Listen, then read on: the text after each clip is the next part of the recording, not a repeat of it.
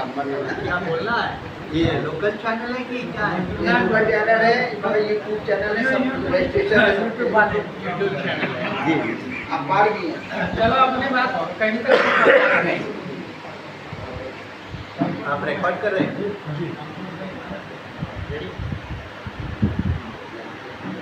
आज लखनऊ में Indian democratic association जो बहुजन समाज के छोटे छोटे दलों का एक नेशनल अलायंस है, उसका जो कार्यालय लखनऊ में कार्यरत है, उसके उद्घाटन के लिए मैं एडवोकेट डॉक्टर सुरेश माने, संस्थापक राष्ट्रीय अध्यक्ष बहुजन रिपब्लिकन सोशलिस्ट पार्टी आईडीए के संयोजक श्री साहब सिंह धनगर जी और पूर्व सांसद आदरणीय वर्मा जी, इन्होंने जो नागपुर में मुझे निमंत्रण दिया था, उस निमंत्रण के आधार पर आज आईडीए कार्यालय के उद्घाटन के लिए मैं यहाँ पहुँचा हूँ। इसका विधिवत कार्यालय का उद्घाटन हुआ।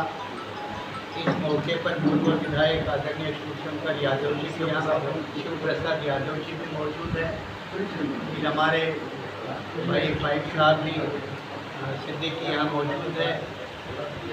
ये जो वर्तमान में जो फिरका परस्त ताकतों की सरकारें जिस तरह उत्तर प्रदेश में हो या दिल्ली में हो, जन विरोधी कड़े फैसले करके शासन और प्रशासन का लाभ कुछ गिने चुने लोगों तक पहुंचाने में लगे हैं और भारतीय लोकतंत्र एवं संविधान की धज्जियां उड़ाते हुए मेजॉरिटी के नाम पर एक गैर संवैधानिक शासन प्रणाली को चलाने का काम कर रहे हैं। ऐसे गैर संवैधानिक तौर तरीकों को सिर्फ पार्लियामेंट्री मेजॉरिटी के आधार पर उसको ब्रूटली चलाना, ये कोई पार्लियामेंट्री डेमोक्रेसी के कंसेप्ट नहीं है। पार्लियामेंट्री डेमोक्रेसी के कंसेप्ट ये है कि वह ट्रूली रिप्रेजेंटेटिव इन कैरेक्टर होनी चाहिए।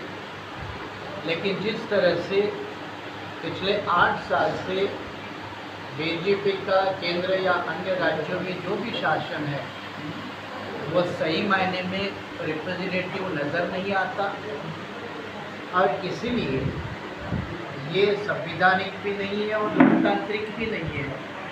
तो ऐसी व्यवस्था आगामी नेशनल और इंटरनेशनल चैलेंजेस को ध्यान में रखते हुए भारत के देश के हित में नहीं होने के कारण इसके खिलाफ, इसके विरोध में एक सक्षम बहुजन आंदोलन फिर से देश के कोने कोने में खड़ा हो, जिसका एक सेंट्रल पॉइंट जिसको हम कह सकते हैं वो उत्तर प्रदेश में भी बना रहे।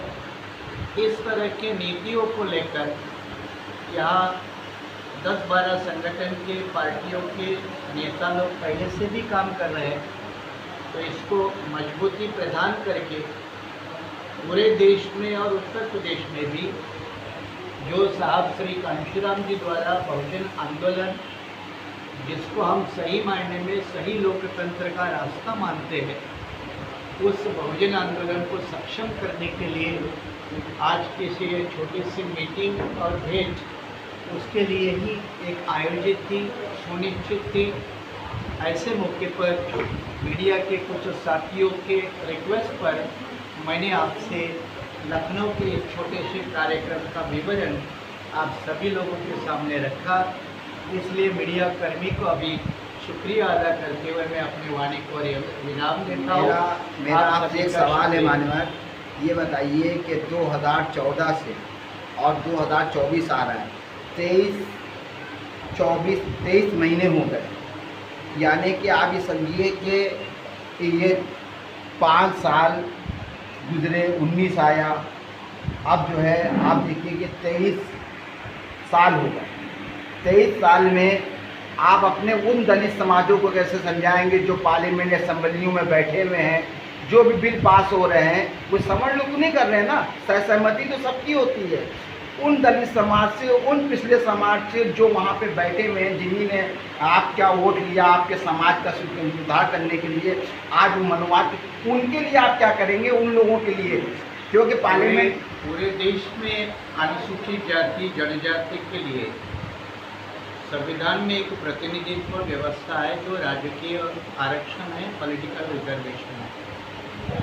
उसके माध्यम से शेड्यूल कास्ट के 84 मेंबर ऑफ पार्लियामेंट पूरे देश के चुनके जाते हैं। ट्राइबल के मतलब आदिवासी के 47 मेंबर ऑफ पार्लियामेंट चुनके जाते हैं। ये दोनों मिलके 131 मेंबर ऑफ पार्लियामेंट है। लेकिन आज तक का ये अनुभव रहा कि 131 मेंबर ऑफ पार्लियामेंट चुनके तो जाते हैं शेड्यूल कास्ट और शेड्यूल कास्ट ट्राइब के नाम पे, अनुसूचित जाति जनजाति के नाम पे, संवैधानिक पॉलिटिकल रिजर्वेशन व्यवस्था के कारण।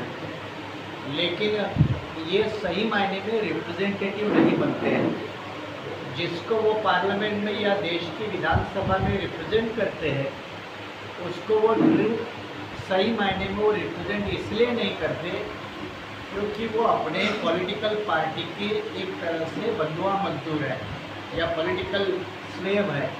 और इसलिए देश के 131 मेंबर ऑफ पार्लियामेंट ये बिल्कुल बड़े बड़े राजनीतिक दलों के कब्जे में होने के कारण एक तरह से पूरे लोकतंत्र का ही कब्जा कुछ गिने चुने राजकीय दल और कुछ गिने चुने उनको मदद करने वाले इंडस्ट्रियल हाउसेस हो, कारपोरेट हाउसेस हो, और फिर एक समाज का तबका, ये भारतीय प्रजातंत्र को कंट्रोल करता है।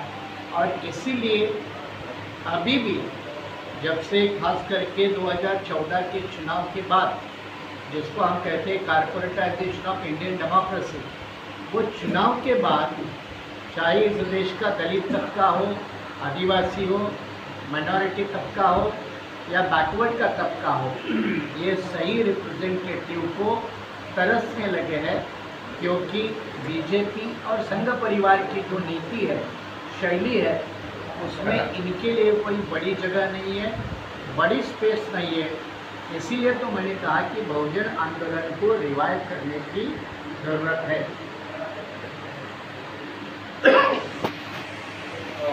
सर, आप महाराष्ट्र